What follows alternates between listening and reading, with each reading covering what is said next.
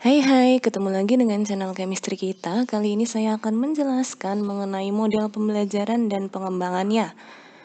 Nah, untuk model pembelajaran dan pengembangannya ada beberapa hal yang akan kita pelajari. Yang pertama, apa itu model pembelajaran? Kemudian fungsinya, karakteristik atau unsur dasarnya, apa dasar pemilihannya, dan bagaimana cara mengembangkan suatu model pembelajaran.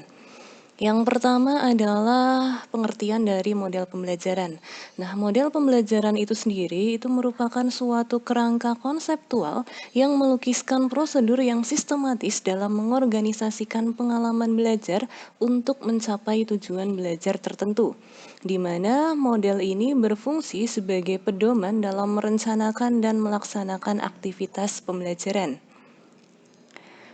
Ada beberapa karakteristik atau unsur dasar dalam model pembelajaran. Yang pertama adalah rasional teoritik, kemudian yang kedua adalah fokus, yang ketiga adalah sintaks, yang keempat adalah prinsip reaksi, yang kelima adalah sistem pendukung, dan yang terakhir adalah dampak dari model pembelajaran itu sendiri.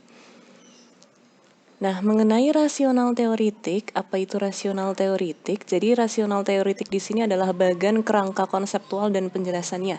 Jadi, di sini berupa kerangka atau dasar-dasar teori yang akan kita gunakan dalam mengembangkan suatu model pembelajaran. Kemudian, mengenai fokus dalam model pembelajaran, fokus ini kita fokuskan pada penyusunan body of knowledge. Jadi di sini kita akan menentukan fokus materi apa yang harus dikuasai oleh peserta didik atau yang harus dimiliki sebagai kemampuan awal peserta didik dan poin-poin yang akan dipelajari dalam bab yang akan dipelajari di model yang diterapkan. Mengenai sintaks, nah sintaks itu adalah suatu deskripsi model dalam action yang berupa langkah-langkah, fase-fase atau urutan kegiatan pembelajaran. Jadi intinya sintaks di sini adalah urutan kegiatan pembelajaran, di mana setiap model itu memiliki sintaks atau struktur model yang berbeda-beda. Jadi kita misal akan menggunakan suatu model discovery learning atau kita akan menggunakan model problem solving. Nah, itu sintaks dalam setiap model yang satu dengan model yang lain itu berbeda-beda. Kemudian mengenai prinsip reaksi adalah reaksi guru atas aktivitas-aktivitas dari peserta didik. Contohnya, guru itu memberi contoh bagaimana cara menyusun suatu konsep dan siswa itu membandingkan konsep-konsep mereka. Ada contoh prinsip reaksi yang lain. Jadi guru ini terlibat langsung bersama siswa dalam menyeleksi konsep-konsep yang ada. Kemudian bisa juga guru memberi penghargaan atas kegiatan yang dilakukan siswa. Untuk sistem pendukung ini menggambarkan kondisi-kondisi yang diperlukan untuk mendukung keterlaksanaan suatu model pembelajaran, di mana sistem pendukung ini dapat berupa sarana dan prasarana seperti alat dan bahan, kemudian kesiapan guru, serta kesiapan peserta didik. Jadi contohnya dalam suatu model pembelajaran kita akan menggunakan suatu sumber belajar, misalnya buku dari A, buku dari B, dan sebagainya. Atau bisa juga kita menggunakan lembar kerja khusus, lembar kerja peserta didik yang kita gunakan dalam mendukung model pembelajaran yang diterapkan. Atau misal dalam pembelajaran praktikum, kalau mau praktikum kontekstual, nah kita bisa langsung ajak peserta didik untuk melakukan praktikum di alam. Atau kalau misal dalam kondisi pandemi seperti ini, karena kita tidak bisa bertemu langsung tatap muka, nah kita bisa menggunakan pembelajaran menggunakan, kalau praktikum kita bisa menggunakan bantuan laboratorium virtual ya. Nah itu akan merangsang atau memotivasi siswa dalam mengikuti pembelajaran sehingga mereka bisa antusias. Yang berikutnya adalah dampak. Ada dua jenis dampak. Yang pertama adalah dampak pembelajaran langsung dan yang kedua adalah dampak iringan. Nah, dampak pembelajaran langsung ini merupakan hasil belajar yang dicapai dengan cara mengarahkan peserta didik pada tujuan yang diharapkan. Sedangkan dampak iringan ini adalah hasil belajar lainnya yang dihasilkan oleh suatu proses pembelajaran sebagai akibat terciptanya suasana belajar yang dialami langsung oleh pembelajar. Jadi contoh dampak iringan, Karena menggunakan model ini siswa itu hasil belajarnya menjadi meningkat. Nah, maka dalam diri siswa itu ada motivasi atau ketertarikan tersendiri terhadap mata pelajaran ini.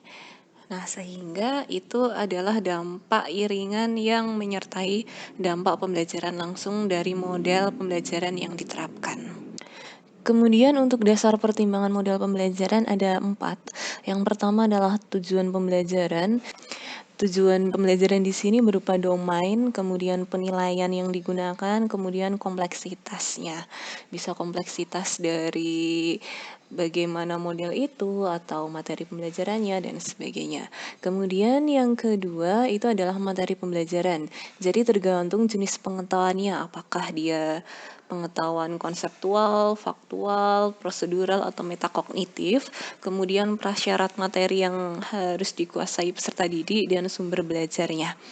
Kemudian yang ketiga ada karakteristik siswa, ada tingkat kematangan, apakah siswa itu sudah siap untuk mengikuti pembelajaran atau dia siap untuk mengikuti langkah-langkah atau sintaks yang ada dalam model pembelajaran yang digunakan, kemudian minat, bakat, kondisi, dan gaya belajar. Nah, kita tahu gaya belajar peserta didik itu berbeda-beda. Ada yang gaya belajarnya berupa gaya belajar yang visual, ada yang berupa kinetik, nah, ada juga yang gabungan antara keduanya. Jadi kita harus menyesuaikan model yang akan kita gunakan dengan karakteristik peserta didik itu sendiri. Kemudian dasar pertimbangan yang keempat ini adalah pertimbangan non-teknis. Jadi bisa berupa apakah cukup satu model yang kita gunakan, apakah itu adalah model satu-satunya yang bisa kita gunakan. Jadi kalau tidak digunakan model itu, maka tujuannya tidak akan tercapai seperti itu. Kemudian bagaimana efektivitas dan efisiensi dari model pembelajaran yang akan kita gunakan. Berikutnya dalam pengembangan model pembelajaran, itu kita bisa menggabungkan dua model atau lebih, jadi blended learning ya. Jadi kita menggabungkan dua model blended dengan sedikit penyesuaian. Bisa juga dalam mengembangkan model pembelajaran itu, kita hanya memodifikasi suatu model pembelajaran yang sudah ada atau established. Kemudian yang ketiga, kita bisa menciptakan model pembelajaran yang benar-benar baru. Jadi kita tidak memodifikasi, tidak menggabungkan, tapi kita menciptakan suatu model pembelajaran yang baru yang kita rasa kita sudah sesuaikan dari analisis yang kita temui di lapangan pada peserta didik. Kemudian yang berikutnya ada kemampuan yang diperlukan bagi pengembang model pembelajaran. Yang pertama adalah kemampuan implementasi dan manajemen. Jadi ini dapat berupa pengelolaan pembelajaran, kemudian berkolaborasi dan evaluasi pembelajaran. Yang kedua adalah kemampuan perancangan dan pengembangan. Jadi kita harus bisa memilih, memodifikasi, menciptakan model dengan prosedur yang tepat, dan mendesain perangkat pembelajaran yang sesuai.